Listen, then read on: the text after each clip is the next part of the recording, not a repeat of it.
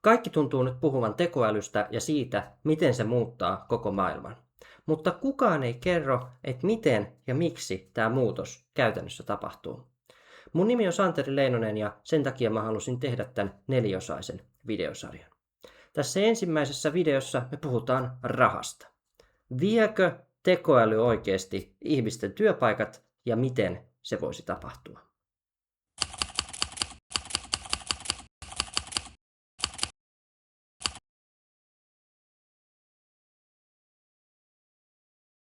Kun me lähdetään miettimään kysymystä tekoälyn vaikutuksesta työelämään, niin olisi tosi tärkeää oikeastaan ymmärtää, mitä se työ itse asiassa oikeastaan on. Asiantuntijoiden keskuudessa vallitsee aika hyvä konsensus siitä, että ammattien ja työn sijaan olisi hyvä puhua tehtävistä. On ne sitten sähköpostien lähettämistä, suunnittelua, asiakkaiden tapaamista, tuotteiden valmistamista, kokouksiin osallistumista ja niin edelleen. Yhdysvalloissa on jopa tehty tutkimuksia, missä on mitattu työntekijöiden ajankäyttöä ja mallinnettu ammatteja erilaisten tehtävien kautta ja muodostettu tämmöisiä tehtäväkokonaisuuksia, jotka kuvaa sitä, mistä työ oikeastaan koostuu.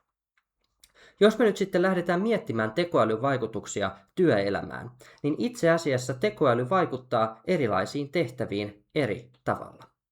Tällä hetkellä puhutaan agenttisesta tekoälystä, mikä tarkoittaa sitä, että tekoäly voi ottaa kokonaisia työkokonaisuuksia tai tehtäväsarjoja hoitaakseen.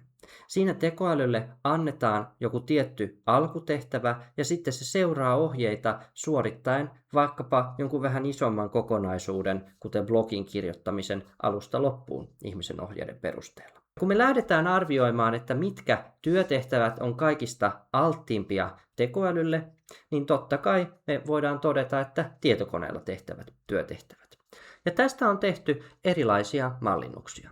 Esimerkiksi amerikkalainen tekoälytutkija Karpathy on omilla nettisivuillaan mallintanut noin 3/4 kaikista Yhdysvaltojen työpaikoista perustuen Yhdysvaltojen viralliseen dataan siitä, mistä tehtävistä mikäkin ammatti koostuu.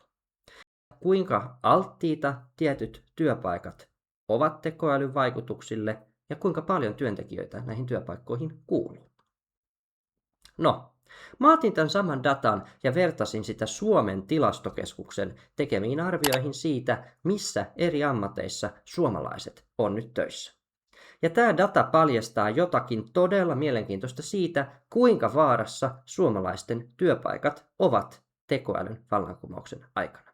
Perustuen Karpathin arvioihin ja Suomen tilastokeskuksen dataan voidaan sanoa, että 1/5 tai jopa 1/3 kaikista suomalaisista, eli noin 500 000 työssä olevaa suomalaista, on työpaikoissa ja ammateissa, jotka on vaarassa muuttua radikaalisti tekoälyn aiheuttamien tehtäväautomaatioiden seurauksena. Mielenkiintoista on, että siinä missä aikaisemmin automaatio on kohdistunut lähinnä matalasti koulutettuihin työntekijöihin, niin nyt suurimmassa riskissä on erilaiset erityisasiantuntijoiden ammatit, joista jopa 50% saattaa kohdata merkittävää automaatioriskiä. Hyvin pian asiantuntijoiden perässä seuraa esimerkiksi toimisto- ja asiakaspalvelutyötä sekä ylintä yritysjohtoa. Toisaalta on mielenkiintoista, että Suomen suurin yksittäinen ammattiryhmä, lähihoitajat, joita on noin 94 000, niin on käytännössä immuuneja tekoälyn automaatiovaikutuksille ainakin tämän Karpathin menetelmän mukaisesti arvioituna. Ja muita vastaavia ammatteja on esimerkiksi logistiikka-ala, maatalous tai erilaiset valmistavat ammatit. Eli tilastojen valossa näyttää siltä, että 500 000 suomalaisen työpaikkoihin kohdistuu merkittäviä riskejä automaation kautta seuraavan 5 vuoden aikana. Tekoäly on jo ihmistä parempi monissa digitaalisissa tehtävissä. Ja kunhan agenttinen tekoäly kehittyy riittävän pitkälle, niin seuraavan 5 vuoden aikana voidaan kenties automatisoida jopa kaikki asiat, mitä ihminen tällä hetkellä tekee tietokoneella. No mihin tämä väite oikeastaan perustuu? Mitä sä oikeastaan teet silloin, kun sä käytät tietokonetta? Ihminenhän kirjoittaa näppäimistöllä tai käyttää hiirtä. Nämä on 2 tapaa vuorovaikuttaa sun läppärin tai pöytäkoneen kanssa. Ja oikeastaan Hiiren käyttäminenkään ei ole välttämätöntä, vaan samalla tavalla kun sä voit selaimessa esimerkiksi tabinapaimen avulla liikkua kentästä toiseen, niin kaikki hiirellä tehtävät komennot on muutettavissa näppäimistöllä kirjoitettaviksi komennoiksi. Ja jos ihmisen tietokoneen käyttäminen on näppäimistön käyttämistä, niin sehän tarkoittaa sitä, että ihminen vain ja ainoastaan tuottaa erilaisia kirjaimia ja merkkejä. Ja mitä laajat kielimallit tekee, niin ne osaltaan tuottaa erilaisia kirjaimia ja merkkejä. Ja tähän perustuu väite siitä, että tekoäly voi itse asiassa korvata minkä tahansa tehtävän, mitä ihminen tekee tietokoneen. No jos me lähdetään miettimään historiaa, niin tällaista korvautuvuuttahan on tapahtunut aikaisemminkin. Me voidaan määrittää, että ihmisellä on 4 kykyä, jotka tuo hänelle etua työmarkkinoilla. Ja näitä on fyysinen voima, sorminäppäryys tai ketteryys, älykkyys ja empatia, eli tunneäly. Ja jos me nyt lähdetään miettimään näitä 4 ihmistoiminnan muotoa, niin aivan ensimmäisenä niistä automatisoituu fyysinen lihasvoima. Fyysisen lihasvoiman korvaaminen alkoi varhaisessa vaiheessa jo eläimillä, erilaisilla kangilla ja nostolaitteilla, ja viimeistään 1700- ja 1800-luvulle tultaessa höyrykoneet ja teollinen vallankumous pystyi korvaamaan ihmistyötä, ja nykypäivänä ihmisenhän ei lihasvoimalla kannata kilpailla oikeastaan missään muualla kuin tosi vaikeasti hahmotettavissa ympäristöissä, mitä voi olla esimerkiksi vaikka muuttotavaroiden kantaminen portaissa tai joidenkin laatikoiden purkaminen. Mutta fyysisen lihasvoiman vallankumous on sitten jo saavutettu. No mitä tulee sitten sorminäppäryyteen? Moni voisi ajatella, että sormilla tehtävät taidot, soittaminen, tietyt käsityöammatit, sähköasentajan ammatit olisi tosi vaikeasti korvattavissa. Ja se on ihan totta. Tekoäly ei voi koskaan korvata näitä ammatteja. Mutta vähemmälle huomiolle on jäänyt se, että tekoälyn lisäksi meillä on käynnissä tällä hetkellä myös robotiikan vallankumous. Robottien fyysinen suorituskyky on kehittynyt viime vuosikymmeninä hurjasti, ja esimerkiksi sairaaloissa on jo nähtävissä, että kirurgit käyttää erilaisia leikkausrobotteja leikkausten toteuttamiseen, koska ne on ihmisiä tarkempia.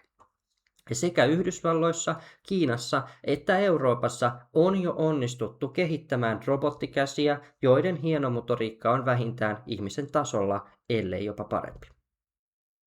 Mikä sitten estää robotteja korvaamasta ihmisiä erilaisilla työpaikoilla? Tähän mennessä siinä on ollut kyseessä käytännössä meidän puutteellinen kyky mallintaa monimutkaisia ja muuttuvia ympäristöjä kolmiulotteisesti tai digitaalisesti.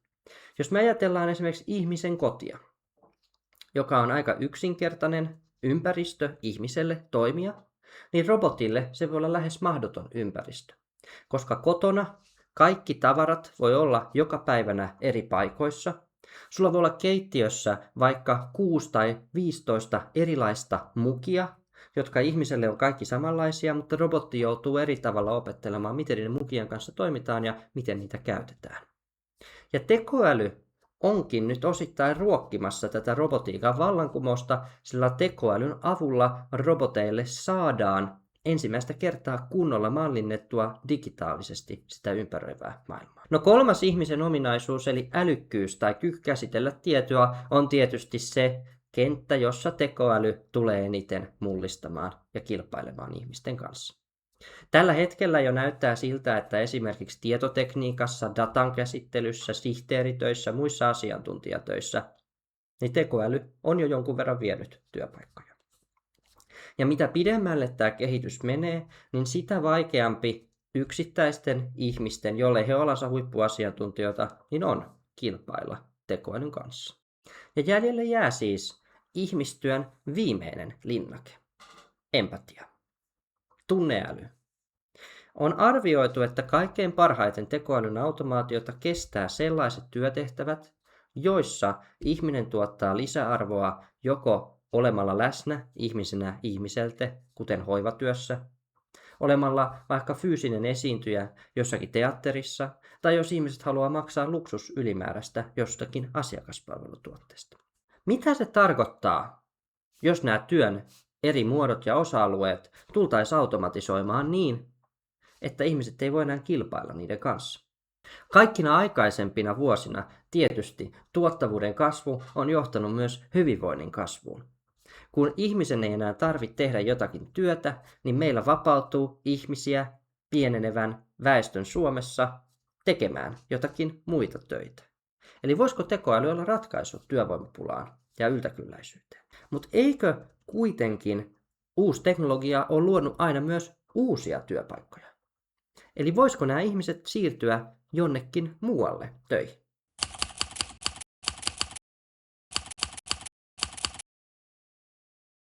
Palataankin siihen ajatukseen, että kaikki työpaikat koostuu erilaisista tehtävistä. Tutkijoiden mukaan, mikäli tekoäly automatisoi noin 20 tai 30% jonkun ammatin sisällä olevista työtehtävistä, niin se vapauttaa sitä asiantuntijoiden aikaa muihin tarkoituksiin ja heidän työstään tulee tehokkaampaa. Eli yksittäinen työntekijä tuottaa enemmän kuin aikaisemmin. Mutta jos tämä tekoälyllä automatisoitavien tehtävien osuus lähestyy 70-80% kaikista siihen ammattiin kuuluvista tehtävistä. Tällainen esimerkki voisi olla vaikka joku ohjelmointiyrityksen riviohjelmoija. Niin sen jälkeen se jäljelle jäävien tehtävien osuus onkin niin pieni, että sen sijaan, että me sille edelliselle työntekijälle annetaan jotakin uutta tekemistä, niin kannattaakin vain jakaa se jäljelle jäävä 20% pienemmän määrän ihmisten kesken. Ja tällöin työpaikkojen määrä jollakin tietyllä alalla alkaisi supistua. Tätä ei ole vielä nähtävissä. Tämä kehitys tulee markkinoilla näkymiin todennäköisesti vasta, kun tekoälyn käyttö laajasti yleistyy ja agenttinen arkkitehtuuri aidosti kehittyy, mutta voisin veikata, että seuraavan 3-5 vuoden aikana se alkaa näkyä myös työmarkkinoilla. Samalla markkinat tulee jakautumaan muutaman erityyppisiin yrityksiin.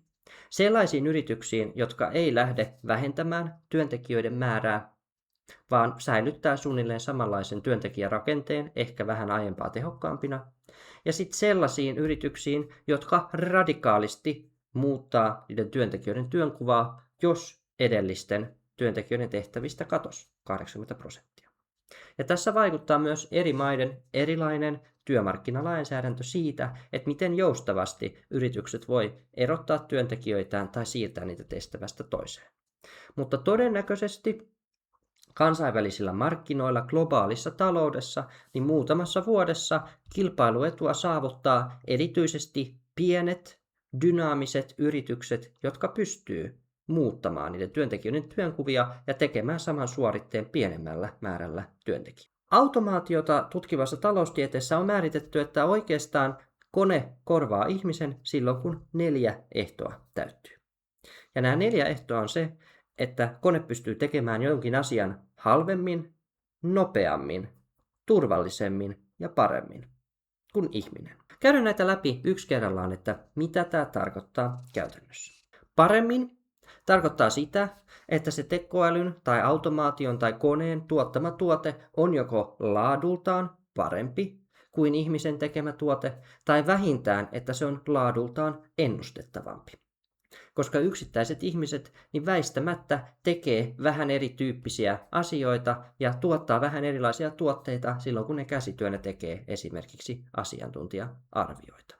Ja tasalaatuisuus tarkoittaa, että prosessia on helpompi kehittää ja skaalata. No nopeus on ihan itsestään selvää, koska ihmisellä on yleensä 6-8 tuntia työaikaa päivässä 5 päivänä viikosta, mikä kaikki ei ole tehokasta. Automatisoitu kone taas pystyy tekemään töitä 24/7 vuoden jokaisena päivänä. No 3. tekijä on turvallisuus. Ja ihmiset väistämättä tekee erilaisissa tuotteissa pieniä virheitä. Tekoälyn tai automaation ei tarvitsekaan olla täydellistä, jotta se voidaan ottaa käyttöön, vaan riittää, että se tekee vähemmän virheitä kuin mitä ihminen tekee. Ja toki tämä turvallisuus saattaa tietyissä asiantuntija-ammateissa olla keskeinen este sille, että voiko tekoälyä ottaa käyttöön vaikkapa tiettyjen viranomaispäätösten tekemisessä, oikeusasiantuntijan tehtävissä tai kansalaisten perusoikeuksiin vaikuttavissa tehtävissä. Koska vaikka tekoäly tekisikin vähemmän virheitä kuin joku Kelan virkailija, niin luottamuksen kannalta voi olla tärkeää että sen päätöksen tekee joku ihminen, joka voidaan asettaa rikosoikeudelliseen vastuuseen silloin, jos hän tekee virheitä. Välttämättä muuten meidän yhteiskunnan moraalitaju ja yhteinen oikeuskäsitys ei kestä sitä, että virheen tekee joku kone ja sitten siitä virheestä ei tule mitään seuraamuksia.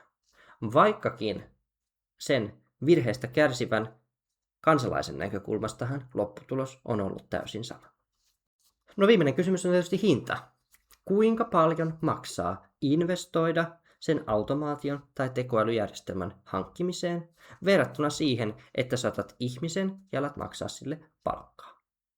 Jos työpaikkaa ei joudu käyttää yhtään resursseja sen työntekijän kouluttamiseen, niin kuin on vaikka Suomessa, missä on ilmainen koulujärjestelmä, niin työntekijän sisäänottokustannus on lähes ilmainen, jos ei huomioida tässä nyt vaikkapa rekrytointien kustannuksia. Sitten taas yleensä koneen ja automaation hankinnassa on ensin joku investointikustannus, kymmeniä tuhansia, satoja tuhansia tai miljoonia euroja, mutta sen jälkeen se kustannus on hyvin pieni ja voidaan alkaa maksaa takaisin sitä velkaa, jolla se automaatio on alun perinkin hankittu. Kyse on yksinkertaisesta matematiikasta per tuotettu tuote, kuinka paljon sen tuottaminen maksaa ihmiselle tai automaatio. Ja jos automaatio on näitä kaikkia, eli nopeampi, halvempi, turvallisempi ja parempi kuin ihminen, niin on väistämätöntä, että se tulee korvaamaan ihmisen. Niin onko tekoäly sitten tätä? Ja voisiko se olla nopeampi, parempi, turvallisempi ja halvempi kuin ihminen esimerkiksi tietotyön tekemisessä?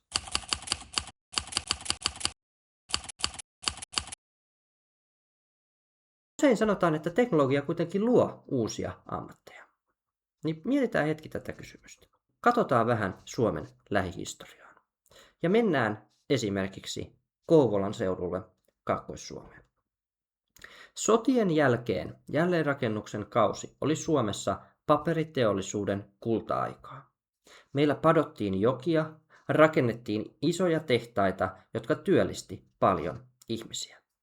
Mutta 90-luvulla ja 2000-luvun alussa globalisaatio kehittyi niin, että yhtäkkiä suomalaiset tehtaat joutui kilpailemaan kaikkien maailman muiden köyhempien valtioiden, kuten Kiinan, Intian ja Kaakkois-Aasian kanssa, missä tehdastyöntekijät sai vähemmän palkkaa. Ja yhtäkkiä nämä suomalaiset tehtaat alkoi muuttaa toisiin maihin. Seurasi aika isoja taloudellisia ongelmia, kun yhtäkkiä joltain paikkakunnalta saattoi lähteä se niiden ainoa iso työnantaja ja tuhansia työpaikkoja sen tehtaan mukana.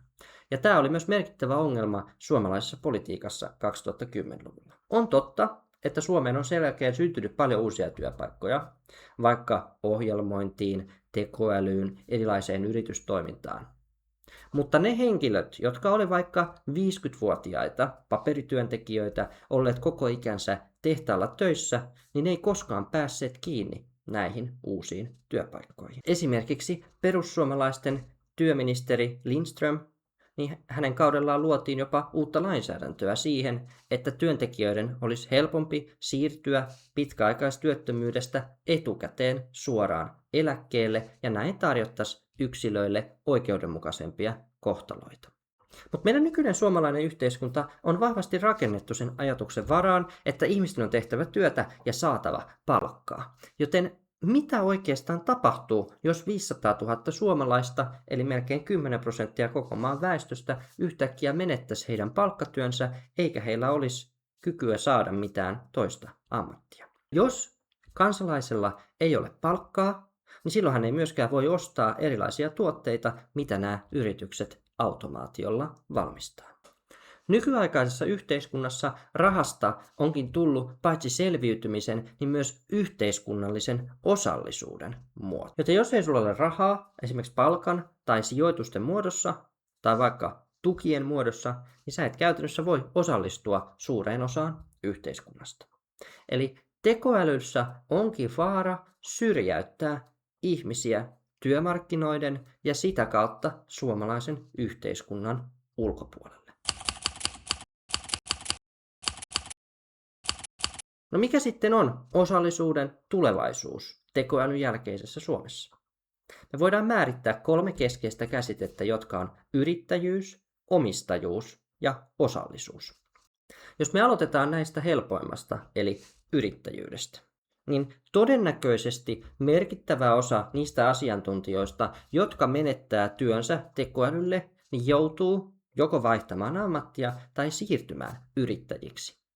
Koska tulevaisuudessa edelleen todennäköisesti suurin osa ihmisistä haluaa ostaa palvelun palveluna eikä tehdä sitä itse tekoälylle. Ja syntyy suuri määrä pieniä 1 tai 2 tai 3 hengen tiimejä, jotka tuottaa aikaisemmin ehkä 40-50 hengen kokoisen porukan työpanoksen tekoälyagenttien avulla. Eli syntyy uudenlaista pienyrittäjyyden muotoa, jossa ollaan jonkun verran riippuvaisia tekoälytyökaluista, mutta pystytään myös merkittävään työn tuottavuuden kasvuun. No jos ei ole mahdollisuutta saada tuloja yrittäjyyden kautta, niin toinen mahdollisuus on omistaminen. Varmaan aika monelle tänä aikana on tuttua erilaiset rahastosäästämisen muodot, osakesijoistaminen, osinkotulot, ja tällaisten tulovirtojen merkitys saattaa kasvaa tilanteessa, jossa kyky palkkatuloon voi heikentyä. Me saatetaan myös nähdä kiinteän omaisuuden, kuten asuntojen, maan tai tehtaiden arvon kasvu tilanteessa, jossa digitaalinen omaisuus menettää merkityksensä, jos sen tuottamisesta tulee lähes ilmaista.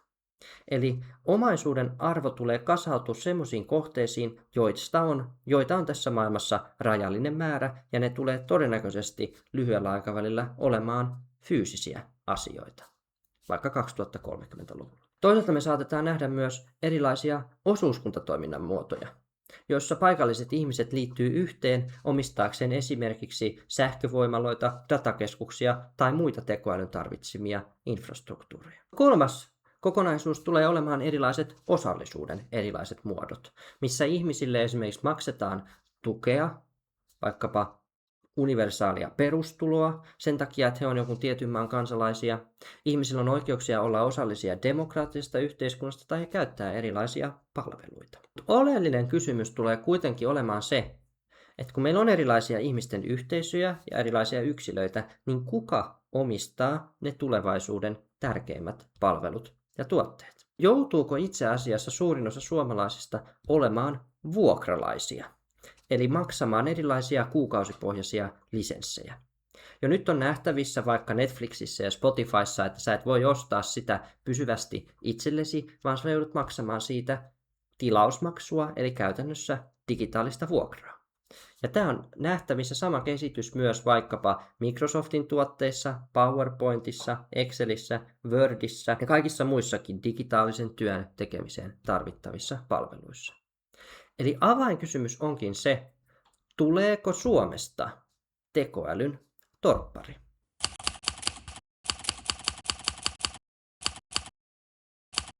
Mitä tarkoittaa olla tekoälyn torppari tai digitaalinen torppari?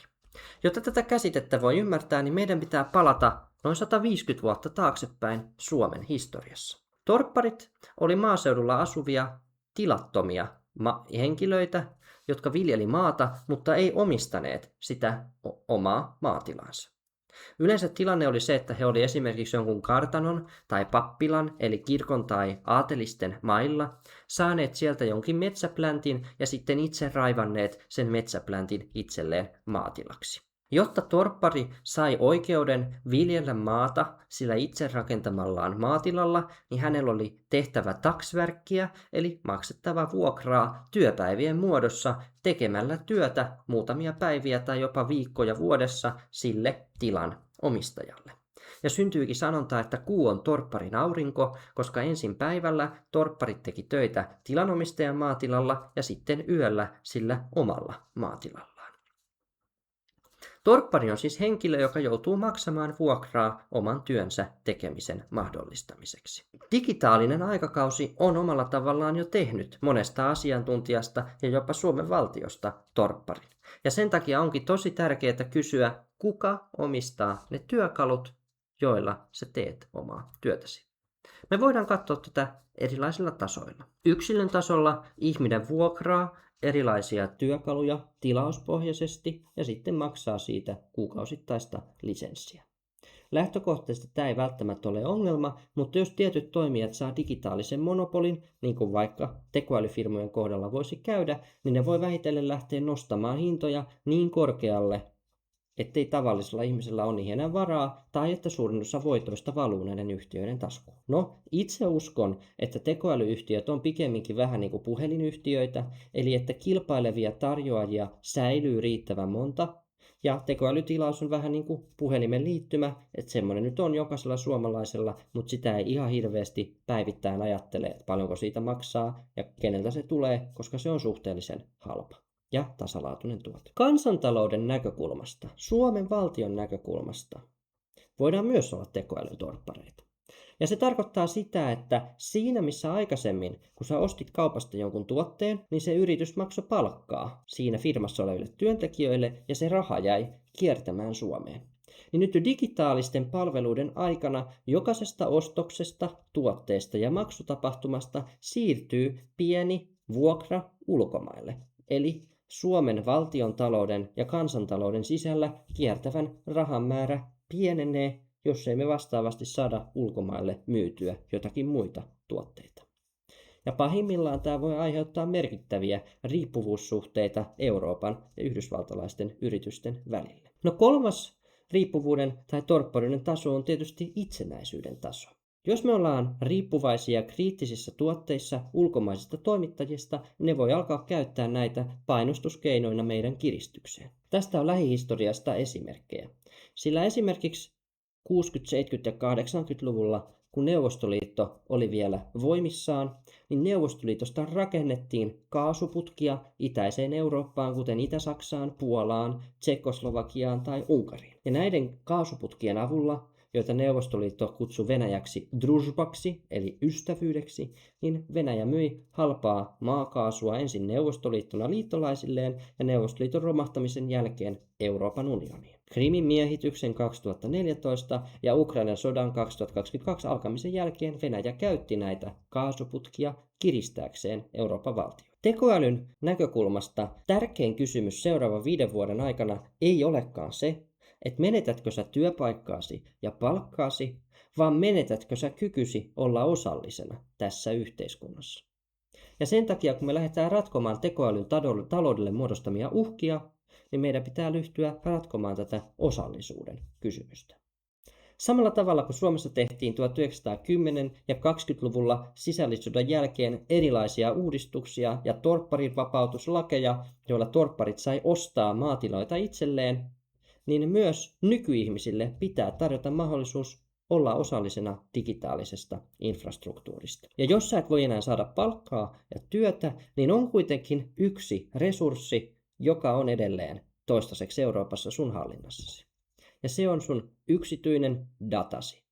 Se kun sä käytät erilaisia palveluita, se kun sä tuotat erilaista sisältöä, käytät digitaalisia laitteita, niin tuottaa valtavat määrät dataa, jota isot yhtiöt tarvii tekoälyn ja digitaalisen infrastruktuurin kehittämiseen. Ja onkin mahdollista, että me nähdään lähitulevaisuudessa erilaisten dataosuuskuntien, blockchainiin perustuvien dataketjujen tai muiden vastaavien yksilöiden ja yhteisöjen toimijuutta lisäävien keinojen yleistymistä tasapainona ja vaihtoehtona digitaaliselle torppariudelle. Mutta tämä data on kysymys, johon me palataan seuraavassa jaksossa.